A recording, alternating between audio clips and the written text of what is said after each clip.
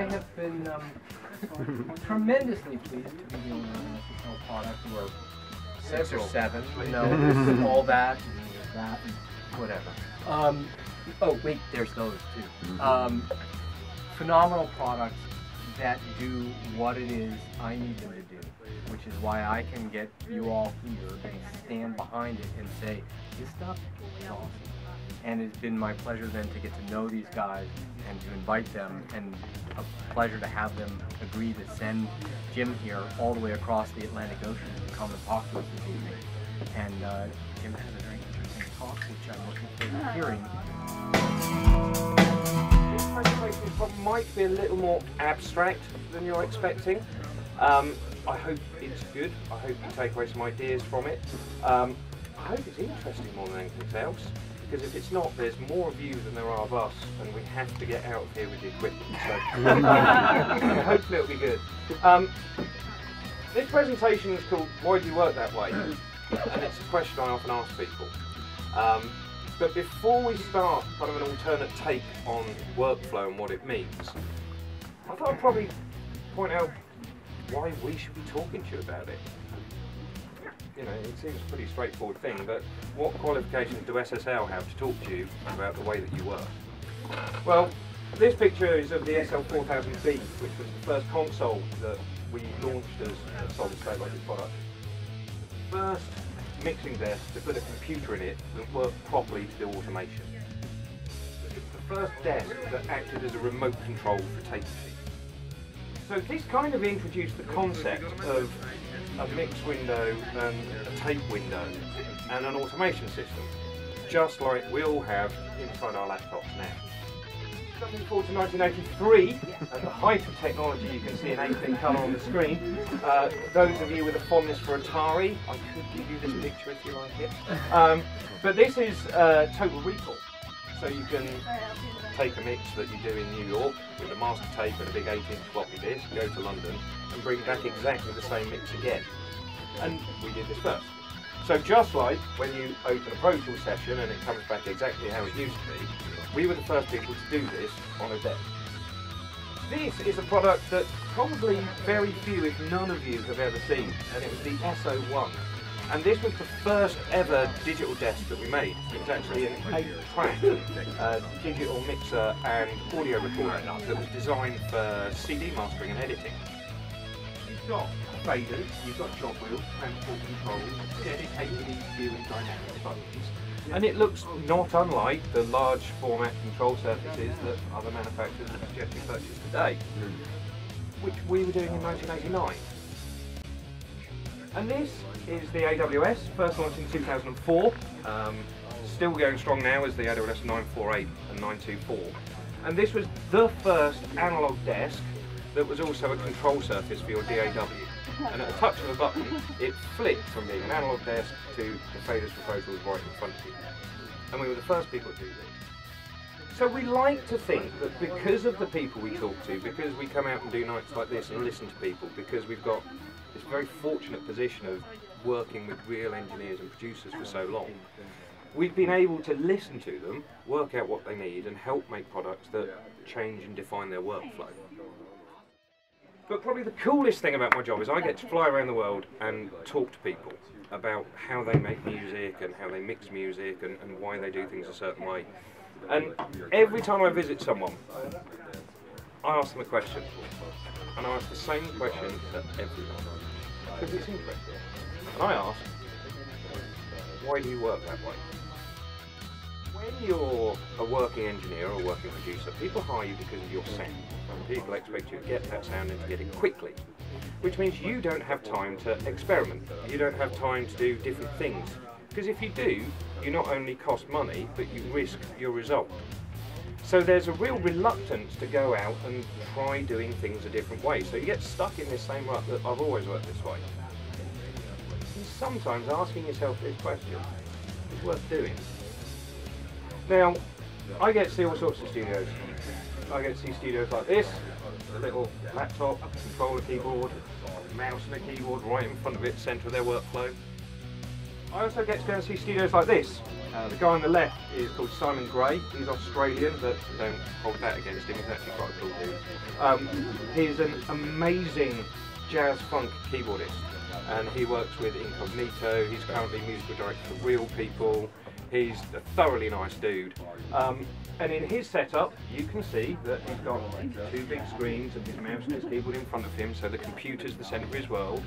But he's got a little controller to his left, he's got a small desk in front of him, he's got a bit of outboard to the right. But then you look at a similar setup on the right-hand side of the screen, and this is the studio of David McEwen and Eric Apapule, who mixed the Plan B album, The Defamation of Strickland Banks.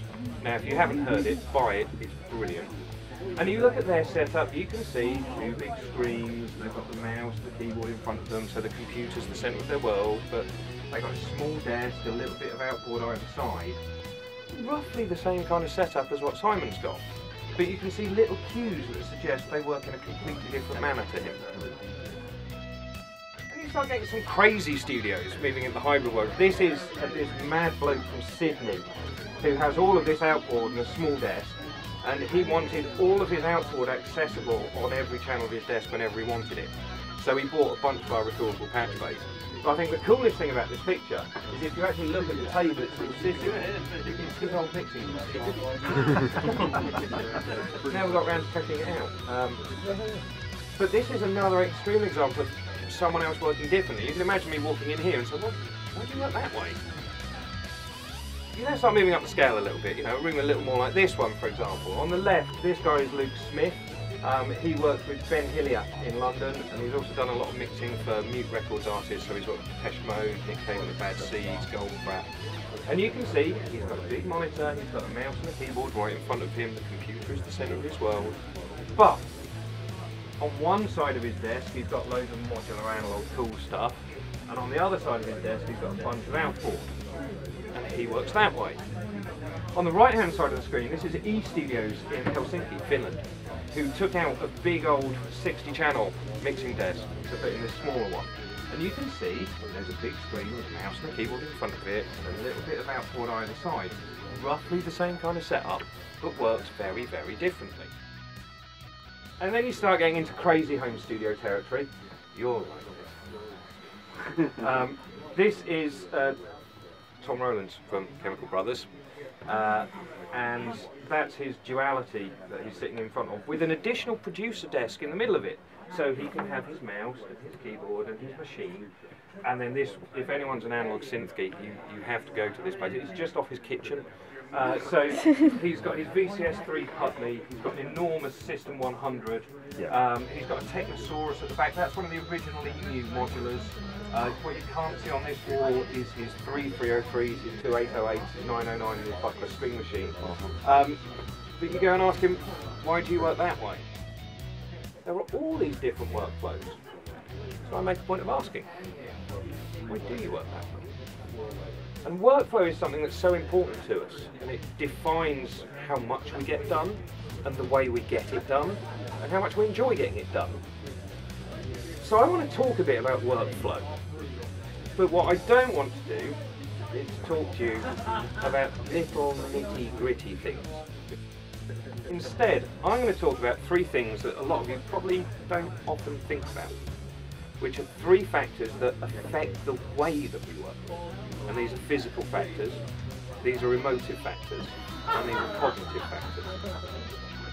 Let's start with physical. Now this, of course, the more erudite amongst you will know, is Vitruvian Man. Da Vinci's drawing to indicate the proportion of the human body. Our height is the same as our arm span. What you may not know is that Da Vinci actually invented the windmill a long way before Pete Townsend did, and this is one of his lesser known sketches. But the point is about the way our bodies are structured.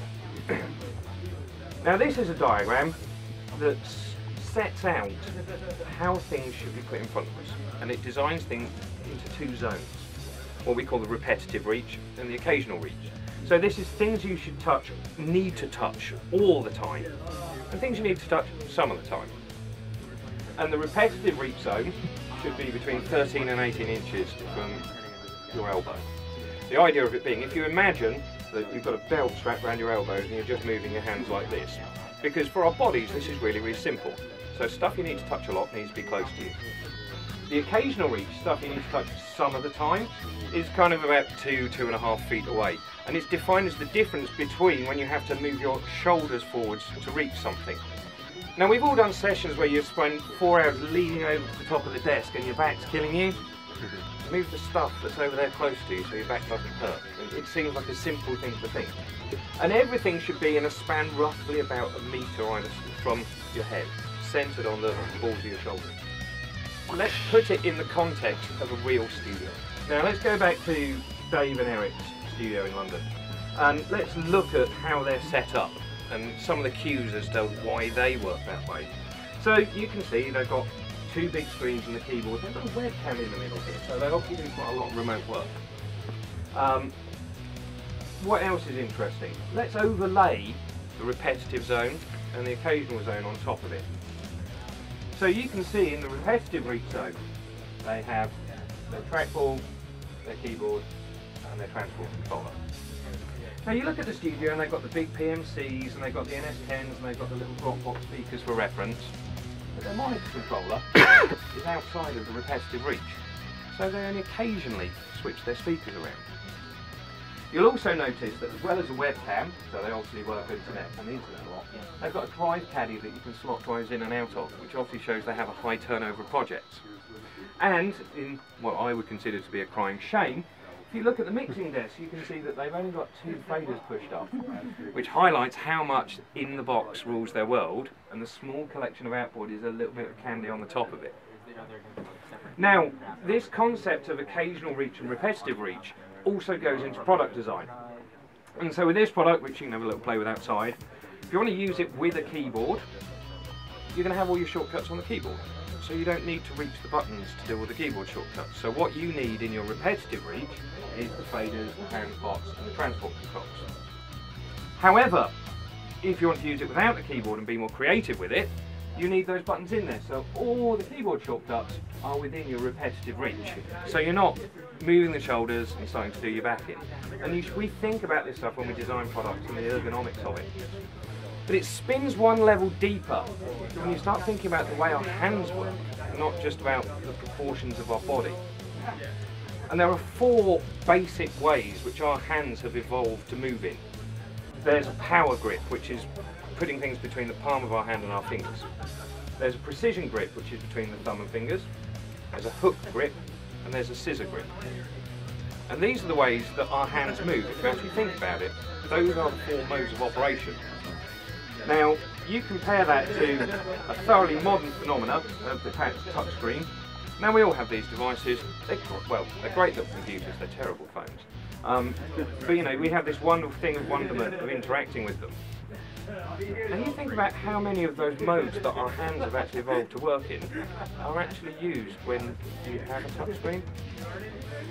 I mean, the closest you get is zoom in and zoom out, which is a precision grip. But the way that this works is actually in a way that's alien to the way that our hands have actually evolved to function. And there's a really nice principle, I read a great blog about it, it's called Objects Under Glass. If you Google it, it's really worth a read. A bloke who used to work for Apple wrote it, he's having a real brand, so it's really worth having. I'm going to give you an example of a control surface that does respond to the way that our hands naturally move. And this is actually the most successful control surface that any musician has ever touched, and it's been around for over 700 years. It's the piano keyboard. Now you look at the fingers in that picture and the way that they are, and the precision grip, and the power grip, and the flatness, and the scissoring, and then you compare that to flannel gloves or a touchscreen and the way that hands have to move to make that work. So the ergonomics of how we feel and the way we work isn't just about how our studio is set up, but also about how our bodies are set up to work inside it. The next thing we're going to talk about is the emotive setup, the way a space makes you feel, which has a massive amount of impact on the way that we work. I'm going to highlight this with a bloke called Mike Skinner, who some of you may know. He was the frontman for a band called The Streets, and he was a bit of a computer freak and did loads of really interesting videos.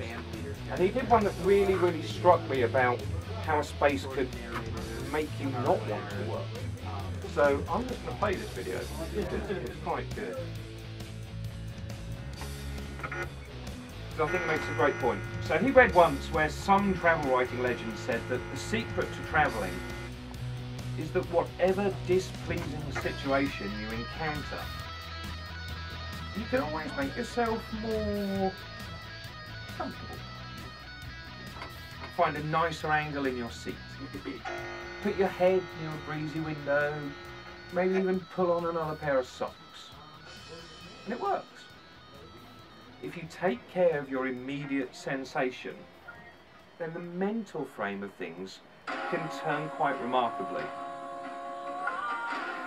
Now, Mike had quite a few large royalty checks, and over the course of a year, he amassed a prodigious amount of vintage Valvery in his studio. Big boxes of joyous, harmonically distorting glassware. Things that slur the transient information of sound and heat the music right up. And also heat his room up. Hundreds of owls in a small soundproof room started to have side effects similar to the main function of a sauna. Now, he always used to have his comfort down as secondary to the engineering of sound, but things got silly, like trying to make beats in the engine room of a merchant navy ship. So he called in the salespeople and stumped for a dose of refrigeration.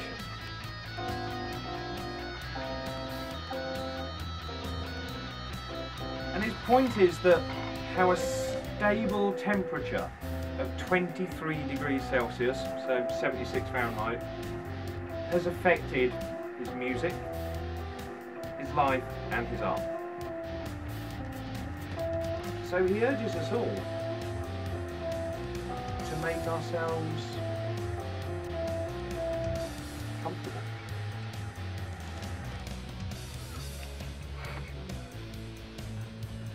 Now, it's a really interesting point that this guy, who's kind of got the holy grail of studios, I can put as much kit as I want in it, and it's going to be brilliant, actually put him in a space that he didn't want to be creative.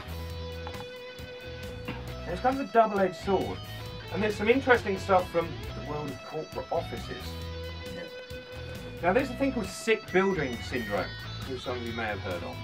And if you work in an office that's packed full of little cubicles like this, with bad air conditioning and no natural light, there is a higher incidence of staff illness, there is lower productivity, and there is a higher turnover of staff within the organisation. People don't want to work there. The biggest study about this was actually done by Microsoft, who built new offices in Holland in 2007, which were all based on natural light and hot desking and different zones and open communication. And they actually found that it increased productivity by 25% by making it a place where people wanted to work. Now, you transpose that into what we do, where time is money. You could take Fridays off. You could work Fridays and make 25% more money by being in a space that makes you feel like you want to work there. And it's such a massive difference when you put it into those numbers, 25% more efficiency, just for being somewhere where you feel like you want to work. Another thing I was going to talk about, cognitive things, the way the brain works, the way that we sense things. And here we go for Anatomy 101, I'm Dr. Motley. The brain has two hemispheres, and the left side of the brain controls analytic thought, so logic, maths, straight line stuff. The right side of the brain controls creativity, intuition, art, music, wiggly line stuff. And the two hemispheres operate independently and never the twain shall meet. Now, this has quite an impact in places like a recording studio, which is where science meets art and the two worlds collide. So I'm going to start you off on this with an equation. So we shifted from anatomy to math 101. And here we go. Mouse plus monitor equals juggling. Now, when you move a mouse, you're moving your hand down here and you're looking at a monitor up here. So what you're doing is hand-eye coordination, which is analytic thought and a left brain function. Every time you pick this up in your studio, you're stopping your brain from efficiently doing creative stuff, which is the right side of the brain. You're putting a barrier on. It feeds into the concept of playing a mix. Everyone programs things within an nth degree of their lives. And you have one hand that can move one of these things at once. Whereas in fact you actually have 10 fingers that can move 10 of these things or 3 or 4 of these things at once. And it used to be the case back in the day before wonderful shiny silver dongles that we used to sell in software that have immense amount of power in them. We'd do 4, 5, 6 different mix passes and throw aux sends and push faders around. And then we'd splice them together or choose the nicest one. And you get happy accidents. Things that you didn't expect to sound good that suddenly you realise sound great. And all the best engineers and producers will tell you that this is an instrument, this is part of the performance of the song. And so by using this singular left brain device, you're missing out an extra element of creativity that you could have in your music making. Now this is my boss, his name's Peter. This is his studio. So this is the main room of Real World. What you don't see is there's a very short stage at the back of the room. It's only like a foot tall. And there's no separate live room. And when Peter's in there recording, he wants all the musicians in the same space, and so the producers and engineers can pick up the vibe from the musicians and kind of transmit it through and stuff. And this leads into one of his principles of how he makes music, which he calls Alpha and Zen. Now when he starts a project, he'll start in Zen, which is ideas mode. They'll get everyone together and they'll jam, and they'll just spin off each other, and they'll just keep coming out, idea, idea, idea, idea, leave the tape rolling, and they keep going until they've got no ideas left. Then they stop and they switch into alpha mode, which is much more analytic. So they'll play the tape back, they'll listen to the ideas, they'll think, should the song be in this key? Is this the right arrangement? Is it the right tempo? Is that the right sound? And all these very analytical decisions.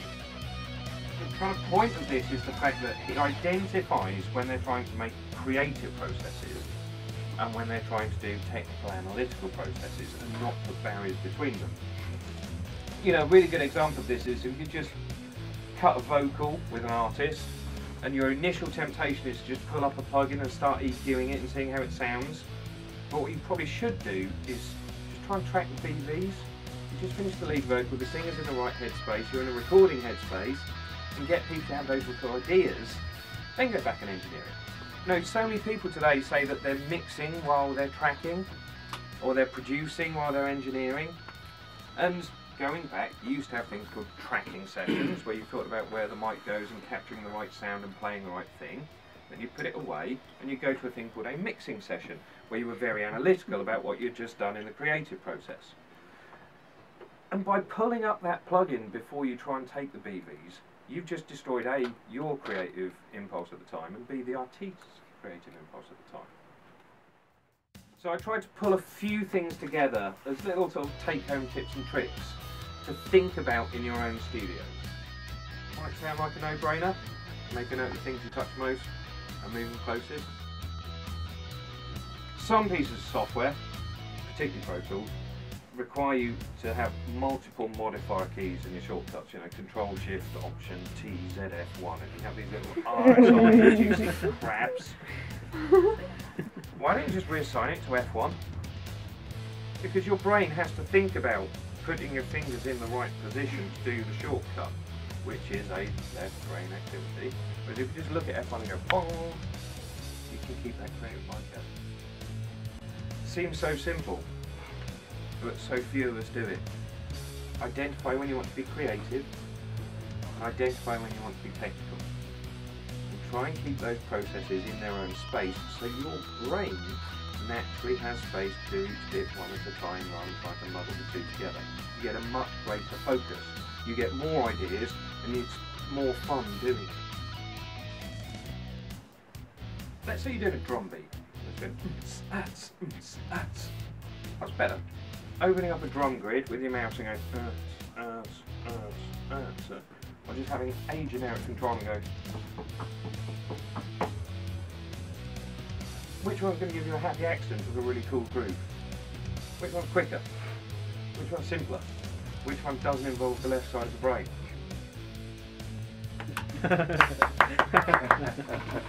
For those of you that don't know, read the flipping manual. Well, you can say the proper version. You're not allowed to swear in presentations. Well, sometimes. You might be doing something in your software that takes you 40 minutes, but there's actually a function that does it for you. And you've not read the manual and you don't know about it. Now this might look a little bit sucky, but all your equipment isn't cheap. And why on earth would you think of buying it from somewhere that didn't let you take it home and try it out? I'll do it, do the right thing. But find out if it fits in your workplace. Why are you buying from someone who hasn't asked you, what do you work at? What other kit have you got? How are you planning on using it? If someone doesn't understand what you're trying to do, how can they possibly serve you best? Hopefully, that's going to give you a different take on the workplace. And hopefully there's a little bit of something in there for all of you that you can take down and try a little bit differently. And I know time flies. I know you get hired because of your sound, and you don't want to do things to change it because that's what gets you hired. But if you can make a couple of little changes to make it feel happier in your room, or allow you to be more creative at things, give you the space to have more ideas without distracting yourself, it doesn't have to change the sound, it doesn't have to change why people get it, it can only actually emphasise